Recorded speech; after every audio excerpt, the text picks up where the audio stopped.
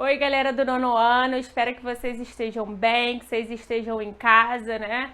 Se cuidando da família de vocês também, né? Para que isso tudo passe o mais rápido possível, a gente consiga se encontrar logo, né? Que eu tô morrendo de saudade de vocês. E aí, né, para matar um pouquinho da saudade, hoje eu trago mais um módulo para vocês, né? Um módulo que a gente vai falar sobre o que são os cromossomos, qual é a função desses cromossomos. A gente falou um pouquinho de cromossomo no módulo, né, anterior, onde a gente falava um pouquinho da estrutura dele, e hoje a gente vai entender isso mais a fundo, né? Vai entender o que ele é mesmo, qual é a função dele, beleza? Então vamos nessa.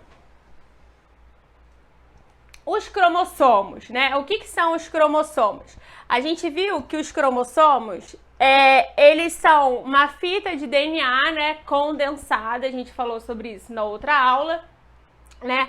E aí eu trago alguns detalhes a mais de vocês, né? O que acontece? A cromatina, né, que é o que vai ser condensada para formar, então, o que a gente conhece de cromossomo, ela vai ter uma ajuda de uma proteína. Que proteína é essa, né? Essa proteína é a histona.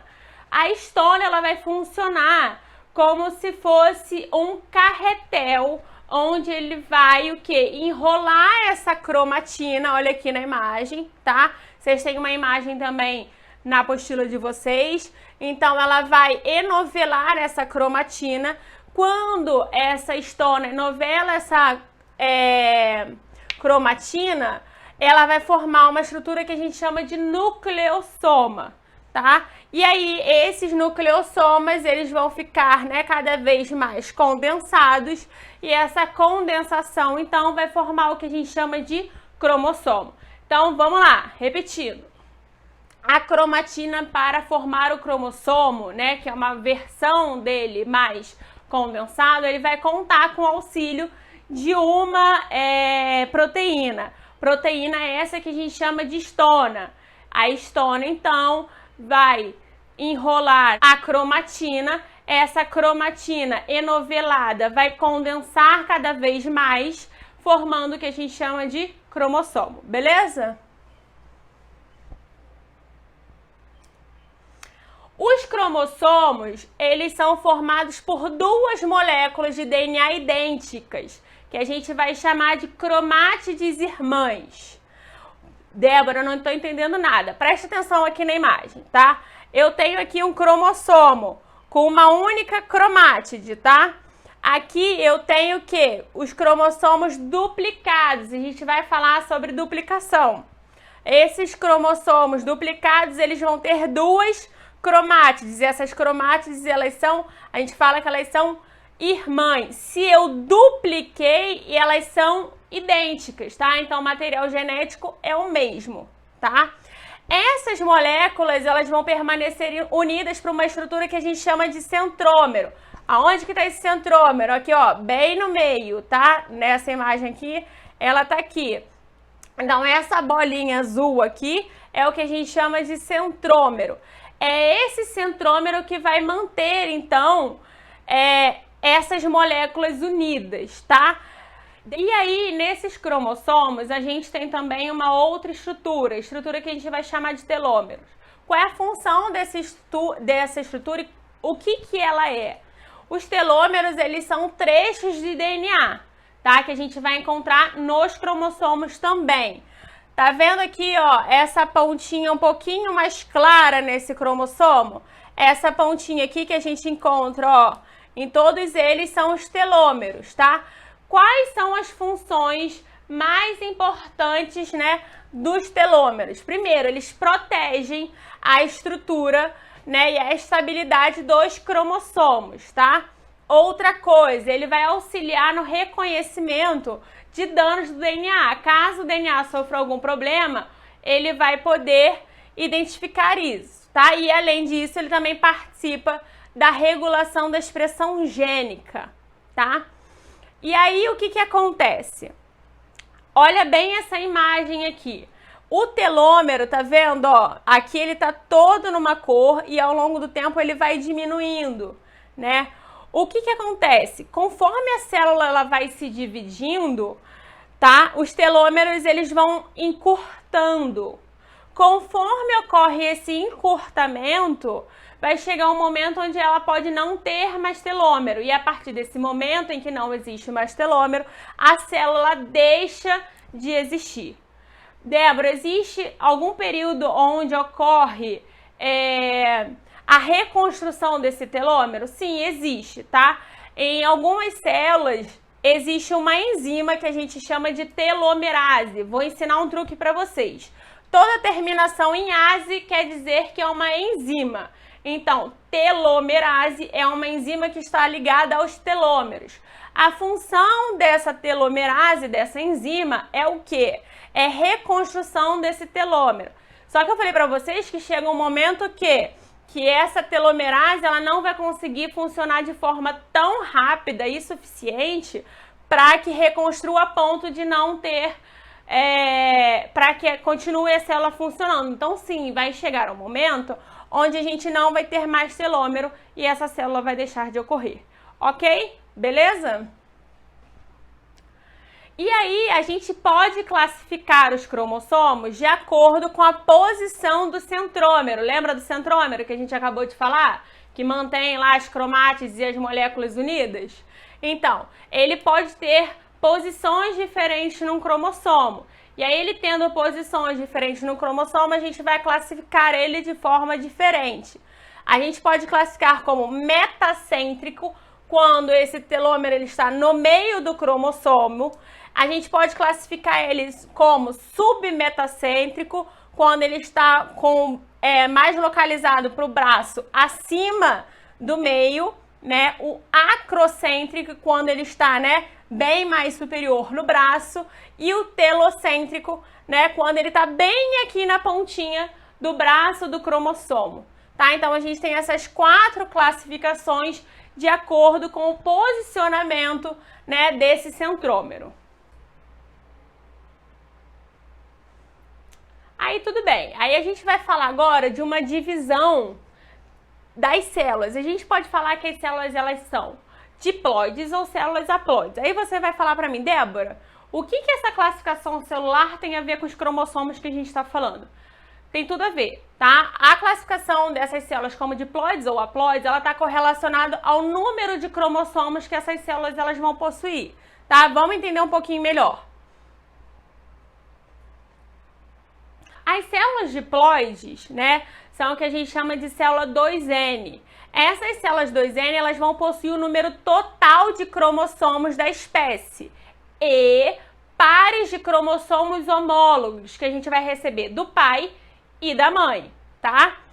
As células haploides é o que a gente chama de células N. Elas vão possuir metade do número de cromossomos da espécie e apenas um dos cromossomos de cada par de homólogos. Não entendeu? Vamos lá. A espécie humana, ela possui células diploides, que são que nós chamamos de células somáticas, e células haploides, que a gente chama de células germinativas, tá? Por exemplo, nós seres humanos, nós temos 46 cromossomos, ou 23 pares de cromossomos homólogos. Débora, 23 pares? 23 pares, porque um cromossomo a gente recebe do pai, o outro cromossomo a gente vai receber da mãe, totalizando então os 23 pares, 46 cromossomos. Então elas são células diploides, elas possuem o quê? O total de número de cromossomos daquela espécie. Já as células germinativas, que são os gametas, masculino e feminino, que é o ovócito e o espermatozoide, eles possuem 23 cromossomos, ou seja, apenas um homólogo de cada par. Não entendeu por quê? Preste atenção. O pai e a mãe, dos indivíduos, eles vão cruzar, certo? E aí eles vão gerar o quê? Um novo indivíduo. Esse novo indivíduo que for gerado, ele tem que ter quantos cromossomos? 46, certo? 23 pares de cromossomos. Então, o que acontece? Por que os gametas eles possuem apenas metade? Para que quando ocorra a fecundação, né, o ovócito e o espermatozoide se encontrem e ocorra a fecundação, nessa junção a gente vai ter então 23 do pai e 23 da mãe, fazendo então o somatório de 46 cromossomos. Por isso que os gametas eles são sempre células haploides, né? Que a gente vai chamar de células germinativas. Já as células do restante do nosso corpo, elas são células diploides, a gente chama ela de células somáticas, porque elas já apresentam um número total de cromossomos. E aí, como é que funciona? Vamos lá, tem um exemplo aqui para vocês, tá? Aqui eu tenho cromossomos homólogos, aqui eu tenho o cromossomo materno e aqui o cromossomo paterno. Então, eu tenho aqui, ó, as cromátides irmãs e o centrômero, tá? Como é que isso funciona, então, numa célula diploide? Tá vendo, ó? Ó os pares. Eu tenho 6, ó. Então, 2N, ó. 2, 4, 6. Aqui eu tenho um par, aqui eu tenho outro par e aqui eu tenho outro par. Já na célula haploide ali, ó, eu tenho 3, eu tenho metade. Então, eu vou ter o quê, ó? 1, 2, 3. Eles não estão pareados, tá? Esse é um exemplo para a gente poder visualizar como que seria uma célula diploide e uma célula haploide, levando em consideração o número de cromossomos, tá? E aí a gente tem uma coisa que a gente chama de cariótipo e de ideograma. O que isso quer dizer? O cariótipo de uma espécie, ela vai se referir ao conjunto de cromossomos no qual o número e a morfologia são característicos da espécie. Então, cada espécie, gente, tem um número de cromossomos diferentes, né? O ser humano não tem o mesmo número de cromossomos, por exemplo, que um rato, tá? São diferentes. E as características também são diferentes, o que faz com que sejam indivíduos diferentes, tá? E aí, o que a gente faz, né, em laboratório? A gente consegue fazer uma análise no microscópio que a gente vai reconhecer os pares dos cromossomos homólogos e vai colocando eles assim, ó, lado a lado. Então, a gente tem aqui, ó, esse aqui é o de um ser humano, tá? Então, quando a gente organiza eles e coloca eles lado a lado, a gente está formando uma figura, né? Igual essa aqui. Essa figura que a gente está vendo aqui é o que a gente chama de ideograma. Então, ideograma é quando a gente coloca, né, os pares de cromossomos homólogos lado a lado, formando uma imagem. Então, por exemplo, aqui a gente tem, ó, o par número 1, o 2, o 3, o 4, o 5 e assim sucessivamente. Eu falei para vocês que nós temos quantos pares de cromossomos? 23, né? Totalizando, então, 46 cromossomos. Só que eu vou falar para vocês uma coisa. Não são todos iguais, tá? O que acontece? Nós temos 22 pares de cromossomos semelhantes em ambos os sexos, ou seja, machos e fêmeas, né? Homens e mulheres possuem esses cromossomos semelhantes. Isso não quer dizer iguais, quer dizer semelhantes, parecidos e próximos. Mas temos também os que a gente vai chamar de cromossomos sexuais. O que isso quer dizer? É o que vai fazer a diferença do sexo entre ser fêmea ou ser macho, ou ser masculino e feminino, tá? Não entendi, vamos lá. Até o número 23 aqui, a gente tá vendo, ó, que eles são semelhantes entre eles, ó. Tanto que vem do macho quanto que vem da fêmea, que vem masculino e feminino. Quando nós estamos falando aqui do cromossomo sexual, que é esse aqui, o 23, o que acontece? O feminino, a mulher, ela possui o cromossomo X e X, tá? Então, o par dela é XX.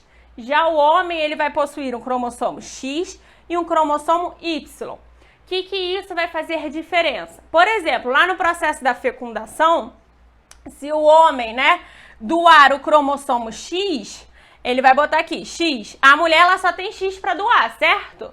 Então, se ela só tem X para doar, ela doa um X. E se o homem doar um X, a gente vai ficar com um par o quê? XX. Se temos um par XX, isso quer dizer que aquele feto será uma mulher, tá? Se a mulher vai lá, doa de novo um X, né? Que é o que ela tem. e o homem ele doa o Y, eu vou ter um quê? Um par XY. Nesse caso, o indivíduo que está sendo gerado, ele vai ser o quê? Um homem, tá? Então, os homens, eles têm esse par de cromossomo sexual XY, enquanto a mulher tem o par de cromossomo sexual XX, tá? Então, nós temos 22 pares de cromossomos que são semelhantes, que nós vamos chamar de cromossomos autossômicos, e um par de cromossomos sexuais. Esses cromossomos sexuais são aqueles que vão, então, definir o sexo do indivíduo que está sendo gerado, ok?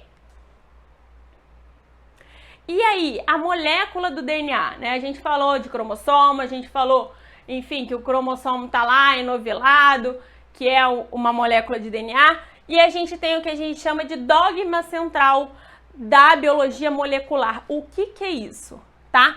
É o processo de produção de proteínas em que as moléculas de DNA e RNA eles atuam. Qual é esse processo, tá?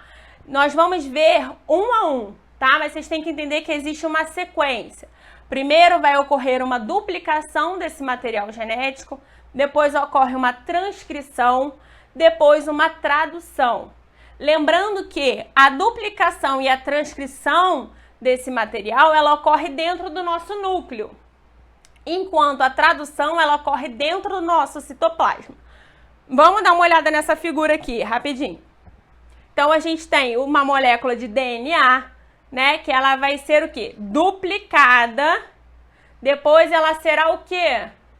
Transcrita e, por fim, ela será traduzida. Então, o DNA vai ser duplicado, vai virar uma molécula de RNA pelo aquele processo e, por fim, ele será traduzido, esse RNA, transformando-se, então, em uma molécula de proteína. Vamos entender um pouquinho de cada caso desse, tá? De cada processo. O primeiro processo que a gente vai falar é sobre a duplicação semiconservativa, tá? Eu vou deixar um videozinho agora para vocês assistirem rapidinho, que é uma animação que mostra detalhadamente, tá, esse processo. E aí a gente volta para continuar conversando, beleza?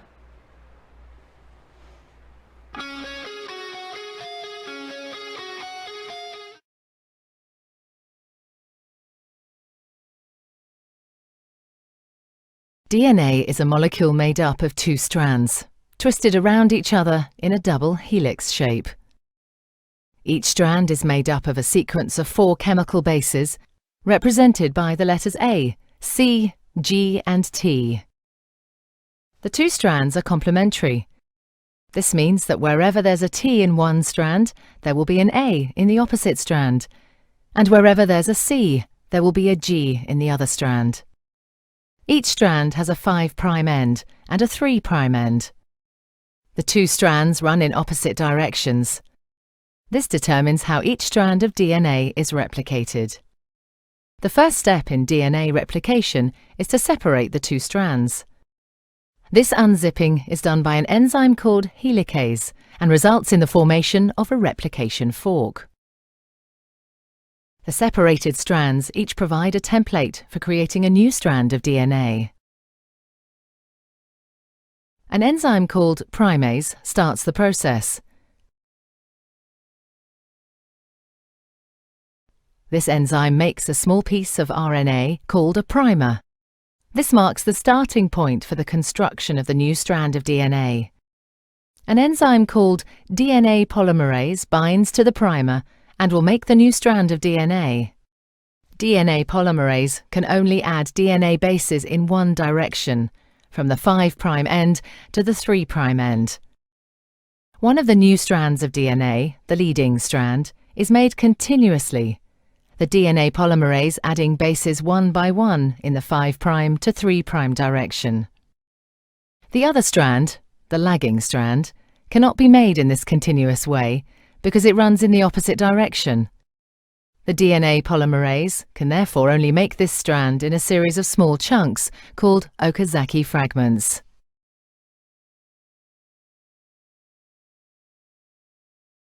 Each fragment is started with an RNA primer. DNA polymerase then adds a short row of DNA bases in the 5' to 3' direction.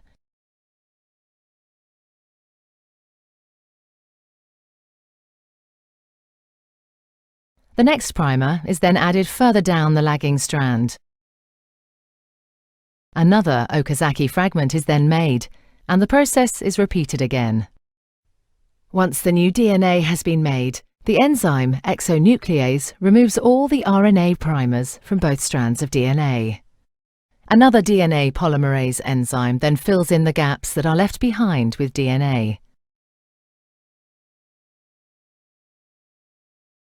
Finally, the enzyme DNA ligase seals up the fragments of DNA in both strands to form a continuous double strand.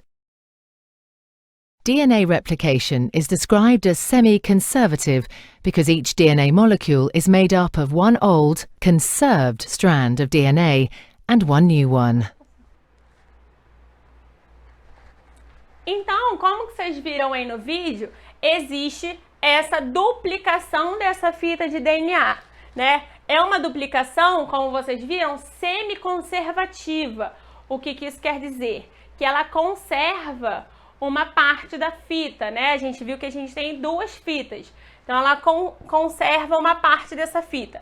Vamos dar aqui uma resumida em tudo que vocês viram no vídeo, tá? Eu tenho aqui uma molécula de DNA, certo? Essa aqui, ó, a primeira.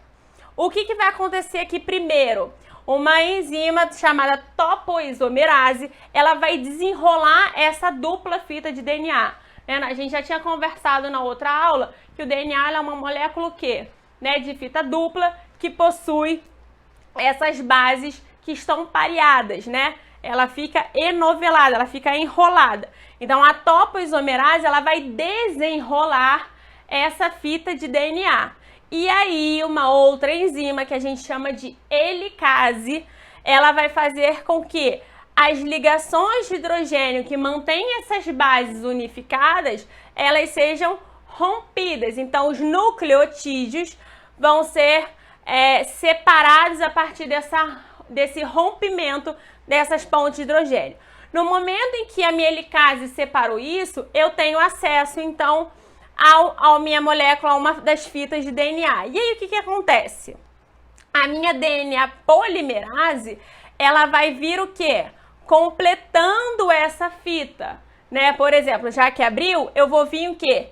Pareando novamente esses nucleotídeos. E aí, beleza, pareei. Só que eu não rompi aqui com a helicase as minhas ligações de hidrogênio? Rompi. Então, depois que eu vou parear, eu tenho que ligar de novo, fazer a ligação entre esses nucleotídeos. E quem é que vai fazer essa ligação novamente? A DNA ligase. Ok? Então, vamos recapitular, tá? Fita de DNA tá lá enrolada. A topoisomerase vai fazer o quê? Esse desenrolar da fita. Desenrolei a fita. A minha helicase vai vir quebrando essas minhas ligações de hidrogênio que existem entre os meus nucleotídeos. Helicase rompeu isso, eu tenho acesso. Agora que tenho acesso, a minha DNA polimerase vai vir o quê? Completando a sequência. Completou a sequência, a minha DNA ligase vai vir o quê? Religando, refazendo as ligações de hidrogênio entre os nucleotídeos. Beleza? Então, essa é a etapa da duplicação semiconservativa, tá? A minha próxima etapa, então, é a transcrição. A transcrição, vale a gente ressaltar duas coisas muito importantes. A molécula de DNA, ela não vai ser transformada em uma molécula de RNA. O que vai acontecer aqui é que a minha molécula de DNA, ela vai servir como molde para a minha molécula de RNA, tá? Outra coisa importante, a minha fita de DNA, né, a minha molécula de DNA, ela é dupla fita. Nesse momento da transcrição, apenas uma das fitas de DNA vão servir como molde para a síntese de RNA. Então, vamos entender aqui como é que funciona. A minha fita vai ser aberta, eu vou ter a RNA agora, ó, RNA polimerase, vindo fazendo o quê? O processo de transcrição. E aí formando aqui, ó, o meu RNA transcrito. Então, quem vai fazer essa minha transcrição, né? Quem é que vai transformar a partir de uma molécula de DNA, uma molécula de RNA? A RNA polimerase. Tá vendo que, ó, essa fita aqui, ela não está sendo transcrita, tá? Somente essa fita azul de cima. Agora a gente tem que lembrar uma coisa importante. Lá na outra aula com vocês, eu falei de algumas diferenças entre DNA e RNA. E uma delas eu falei que o RNA ele não possui a timina. O RNA ele possui quem? A uracila. Então, durante esse processo de transcrição, quando a molécula de RNA estiver sido transcrita, vai ocorrer então essa substituição. O A, né, a adenina, em vez de ela parear com a timina, nesse caso a adenina vai parear com a uracila, ok? Já na etapa de tradução, as moléculas de RNA mensageiro tem que lembrar que somente RNA mensageiro.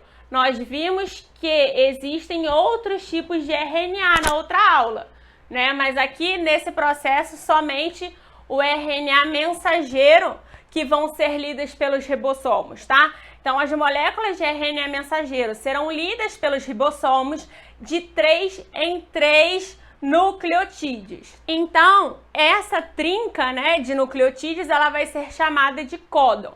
Então, o RNA mensageiro vai ser lido pelo ribossomo de 3 em 3 nucleotídeos, tá? Formando o que a gente chama de códon. Existem 3 códons que são específicos, tá? Que a gente vai chamar de códons de terminação. São aqueles UAA, UAG e UGA, tá? Então, uracila, adenina, adenina, uracila, adenina e guanina, uracila, guanina e adenina.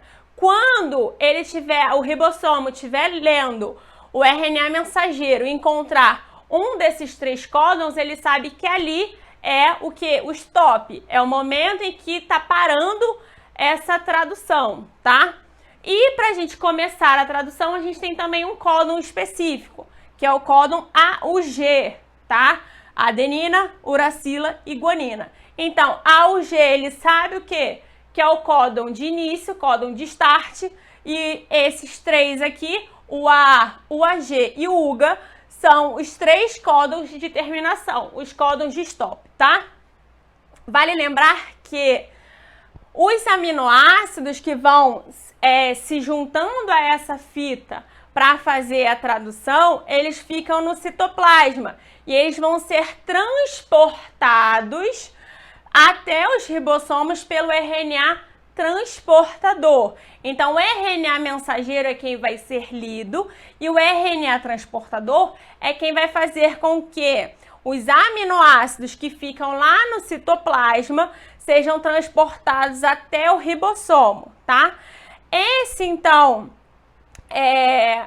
Esse RNA transportador, ele também possui uma trinca de bases, tá? Complementar ao códon, né? Então, a gente viu que ele estava lendo de 3 em 3, que eram os códons. Só que para encaixar nesse códon, para fazer esse pareamento, a gente vai ter o que a gente chama de anticódon. E esse anticódon vai ser trazido pelo RNA transportador associados aos aminoácidos. Lembrando que isso aqui já ocorre no citoplasma, tá? A leitura dos códigos dispõe de aminoácidos, como eu acabei de falar.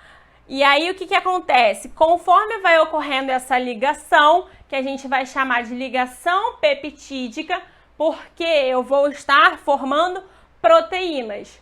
Como assim?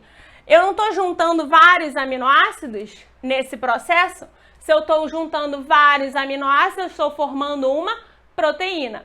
A ligação que vai manter esses aminoácidos unidos, a gente chama de ligações peptídicas, ok? Vou colocar agora também um videozinho e uma imagem que vai facilitar bastante a gente, tá? Vamos lá. Primeiro a gente vai para a imagem. Olha aqui o que eu acabei de falar. Isso grandão aqui é o ribossomo, tá? A subunidade maior e a subunidade menor. Aqui eu tenho a fita de RNA mensageiro, que é a fita na qual vai ser lida, tá? Então, ó, a cada 3 eu tenho um códon. E aí, o que que acontece? No meu citoplasma, eu tenho os RNAs transportadores que estão associados a um aminoácido, tá? Além de estar associado a um aminoácido, eu também tenho 3, ó. 3 que vão se ligar ao códon. Esses 3 que eu me ligo ao códon, eu chamo de anticódon. Então, no momento em que ele se encaixa aqui, ele vai estar liberando esse aminoácido para essa cadeia peptídica, né, que vai ligar um aminoácido ao outro através de uma ligação peptídica. Nessa cadeia que está sendo formada, essa cadeia, na verdade, é o quê? Uma proteína, ok? Vamos dar uma olhada no videozinho agora que vocês vão entender um pouquinho melhor, porque esses vídeos conseguem ilustrar melhor, tá?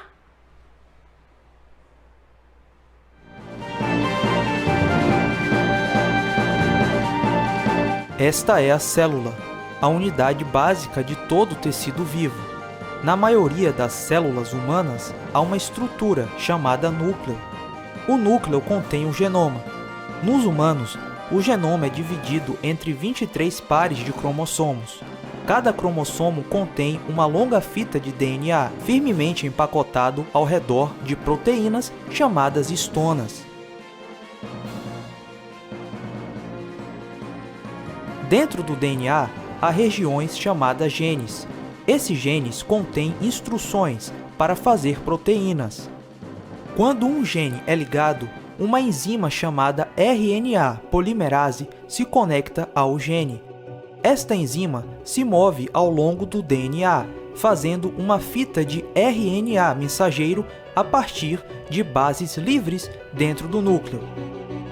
O código do DNA determina a ordem em que as bases livres serão adicionadas ao RNA mensageiro. Este processo é chamado transcrição.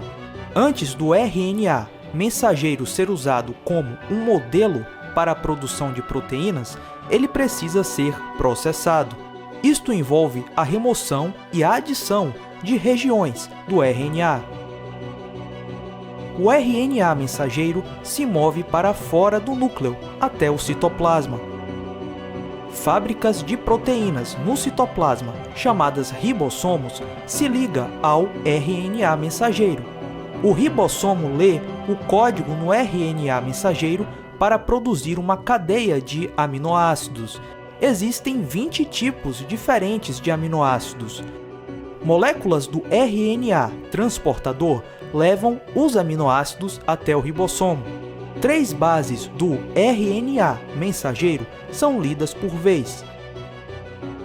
Enquanto cada tripleto é lido, o RNA transportador entrega o aminoácido correspondente, formando assim uma corrente crescente de aminoácidos. Depois que o último aminoácido é adicionado, a corrente vai até uma máquina molecular que dobra a corrente de aminoácidos numa forma tridimensional, complexa e específica. O processo de construção da proteína é finalizado e ela já está pronta para realizar sua função dentro da célula.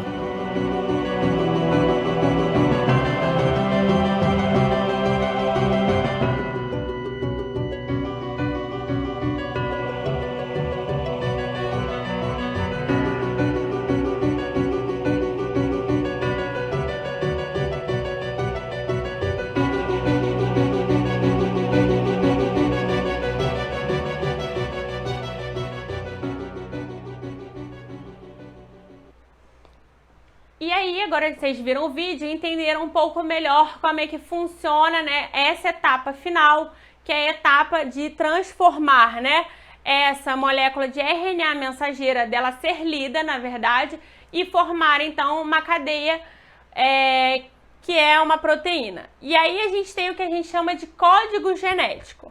O código genético, ele é a correspondência que existe entre as trincas de bases nitrogenadas do RNA mensageiro e a sequência de aminoácidos de uma proteína. Por quê? Nós vimos o quê? que cada códon vai receber um anticódon e um aminoácido, certo? Certo. Então, aqui a gente vai entender o que é isso. Essa tabela aqui, vocês encontram na apostila de vocês também, e ela é muito importante para esse processo, tá? Vou dar um zoom aqui na tabela e aí vocês vão conseguir ver melhor. Por exemplo, vamos lá. Aqui eu tenho primeira base, segunda base e a terceira base. E aí a gente vai fazendo tipo batalha naval, tá? Então, por exemplo, a minha primeira base é U. Então, eu venho aqui, U. A minha segunda base, ela também é U. Então, eu venho pra cá, ó. U. Só que a minha terceira base é G. Então, eu vou vir aqui procurar, ó. Aí eu encontro, ó, G. Esse meu códon, G, ele vai corresponder a um aminoácido. Aminoácido esse que a gente chama de leucina. Mas prestem atenção, eu tenho um outro códon que também corresponde à leucina, que é o UUA. E aí, isso leva a gente a concluir uma coisa, tá? No meu processo de tradução, no qual eu tô lendo meu RNA mensageiro para formar uma proteína, pode ser que eu tenha alguma mutação. O que é uma mutação? É alguma alteração, tá? Por exemplo, se eu tô lendo, meu ribossomo tá lá lendo. Aí, em vez de ler UUG, ele lê UUA. Eu vou gerar alguma diferença no meu produto final? Nesse caso, não, porque ambos correspondem ao aminoácido leucina. Mas, por exemplo, ao invés de eu ler UUG, eu leio UUC. O UUC corresponde ao aminoácido fenilalanina. A fenilalanina é diferente da leucina. Isso quer dizer o quê? Que aí eu vou ter uma outra mutação. As mutações nas quais não gera alteração no resultado, eu chamo de mutações silenciosas. Ocorre sim uma troca dessa base, mas o meu produto final, ele é o mesmo. E por isso que a gente fala que o código genético, ele é degenerado, tá? Então, não se preocupem em ter que decorar toda essa tabela, tá, gente? Sempre que for necessário, essa tabela vai estar disponível para ser consultada nas questões que sejam necessárias, tá? Então, porque, por exemplo, a gente pode pedir numa questão, e vocês vão ver na apostila de vocês, que a gente pede para que vocês realizem o processo de tradução do RNA mensageiro.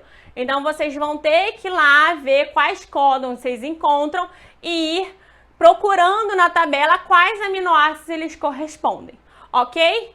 Tudo certo? Então, vamos lá. Assim, a gente termina a aula de hoje. Eu espero que tenha ficado tudo claro para vocês. Caso fique alguma dúvida, a gente vai se encontrar nas aulas ao vivo, né, para tirar essas dúvidas. Eu peço que vocês façam um resumo do conteúdo. Se preferirem fazer mapa mental, façam mapa mental, né? Reassistam a aula caso for necessário para poder ir fazendo anotações e façam os exercícios da apostila. Ok, galera? Um beijo e até a próxima aula.